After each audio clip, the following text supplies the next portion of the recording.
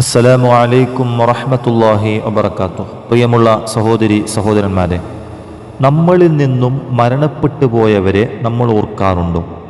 എന്നാൽ അവരെ നമ്മൾ ഓർക്കണം. മരിച്ചുപോയ മുഅ്മിനീങ്ങളുടെ ആത്മാവ് എല്ലാ രാത്രികളിലും ഒന്നാം ആകാശത്തേക്ക് ഇറങ്ങി വരുന്നു. പിന്നീടവർ ദുനിയാവിൽ ജീവിച്ചിരിപ്പുണ്ടായിരുന്ന വീടിൻ്റെ നേരെ വന്ന് ആകാശത്ത് നിൽക്കുന്നു. 1000 പ്രാവശ്യം എല്ലാ രാത്രികളിലും മരിച്ചുപോയ ആത്മാക്കൾ ശബ്ദത്തോടെ വിളിച്ചു പറയുന്ന ഒരു കാര്യമുണ്ട്. യാ അഹ്ലി, എൻ്റെ കുടുംബമേ, എൻ്റെ ഭാര്യയെ, എൻ്റെ മക്കളെ, എൻ്റെ ഭർത്താവേ, നമ്മുടെ വീടുകളിൽ താമസിക്കുന്ന മനുഷ്യരെ, നമ്മുടെ വസ്ത്രം ധരിച്ചവരെ, എൻ്റെ സമ്പത്ത് ഇപ്പോൾ ഉപയോഗിക്കുന്നവരെ, നിങ്ങളിൽ ആരെങ്കിലും എന്നെ ഓർക്കാറുണ്ടോ? മരിച്ചുപോയ ഞങ്ങളെ നിങ്ങൾ ഓർക്കുന്നുണ്ടോ?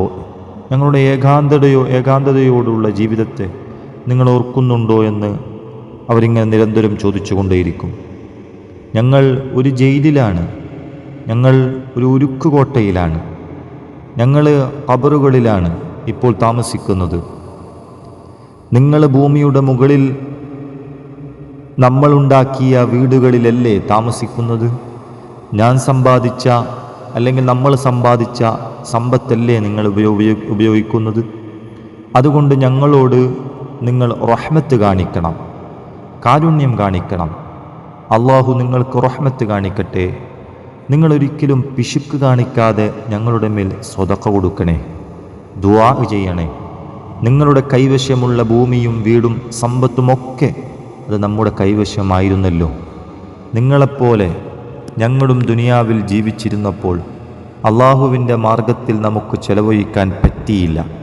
ആ സമ്പത്ത് എങ്ങനെ സമ്പാദിച്ചു എന്നും ആ സമ്പത്ത് എങ്ങനെ ചെലവഴിച്ചു എന്നും വിചാരണ ഞങ്ങളോടാണ്. ഞങ്ങളുണ്ടാക്കി വെച്ച സമ്പത്തിൻ്റെ ഉപകാരം ഞങ്ങൾക്കല്ലാതെ നിങ്ങൾക്കാണ്. ഇത് മരിച്ചുപോയ ആത്മാക്കൾ എല്ലാ രാത്രികളിലും നമ്മുടെ വീടിൻ്റെ നേരെ മുകളിൽ വന്ന് 1000 പ്രാവശ്യം വിളിച്ചു പറയും എന്ന് മുത്തുനബി സല്ലല്ലാഹു അലൈഹി വസല്ലമ തങ്ങൾ പഠിപ്പിക്കുകയാണ്. നബി സല്ലല്ലാഹു അലൈഹി വസല്ലമ തങ്ങൾ പറയുകയാണ്. എന്നിട്ട് വീണ്ടും നബി സല്ലല്ലാഹു അലൈഹി വസല്ലമ തങ്ങൾ പറയുന്നു, ഖബറിലെത്തിയ ഒരു മനുഷ്യൻ അവൻ സഹായം അഭ്യർത്ഥിക്കുന്നത് ഒഴുക്കിൽപ്പെട്ട മനുഷ്യനെപ്പോലെ അവനിങ്ങനെ നിലവിളിക്കും.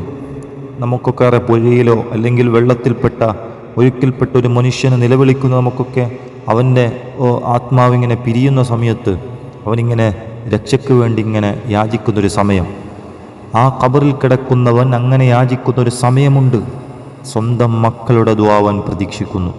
ഉമ്മയുടെ, ഉപ്പയുടെ, പെങ്ങളുടെ, ഭാര്യയുടെ, എല്ലാവരുടെയും ദുആവും അവരും പ്രതീക്ഷിക്കുന്നു. ഉറ്റവരിൽ നിന്നും കുടുംബക്കാരിൽ നിന്നും ആ ഖബറാളികൾക്കൊരു ദുആ ലഭിച്ചാൽ ആ ദുആഇനേക്കാളും പ്രിയപ്പെട്ടവർക്ക് വേറെ ഒന്നുമില്ല. അതുകൊണ്ട് അവർക്ക് ചെയ്യാൻ പറ്റുന്നതെല്ലാം നമ്മൾ ചെയ്തു കൊടുക്കണം. അള്ളാഹു നമ്മുടെ കുടുംബക്കാരിൽ നിന്ന് മരണപ്പെട്ടു പോയവരുടെ ഖബറിലേക്ക് വെളിച്ചം കൊടുക്കട്ടെ. ആമീൻ യാ റബ്ബൽ ആലമീൻ. അസ്സലാമു അലൈക്കും വറഹ്മത്തുള്ളാഹി വബറകാതുഹു.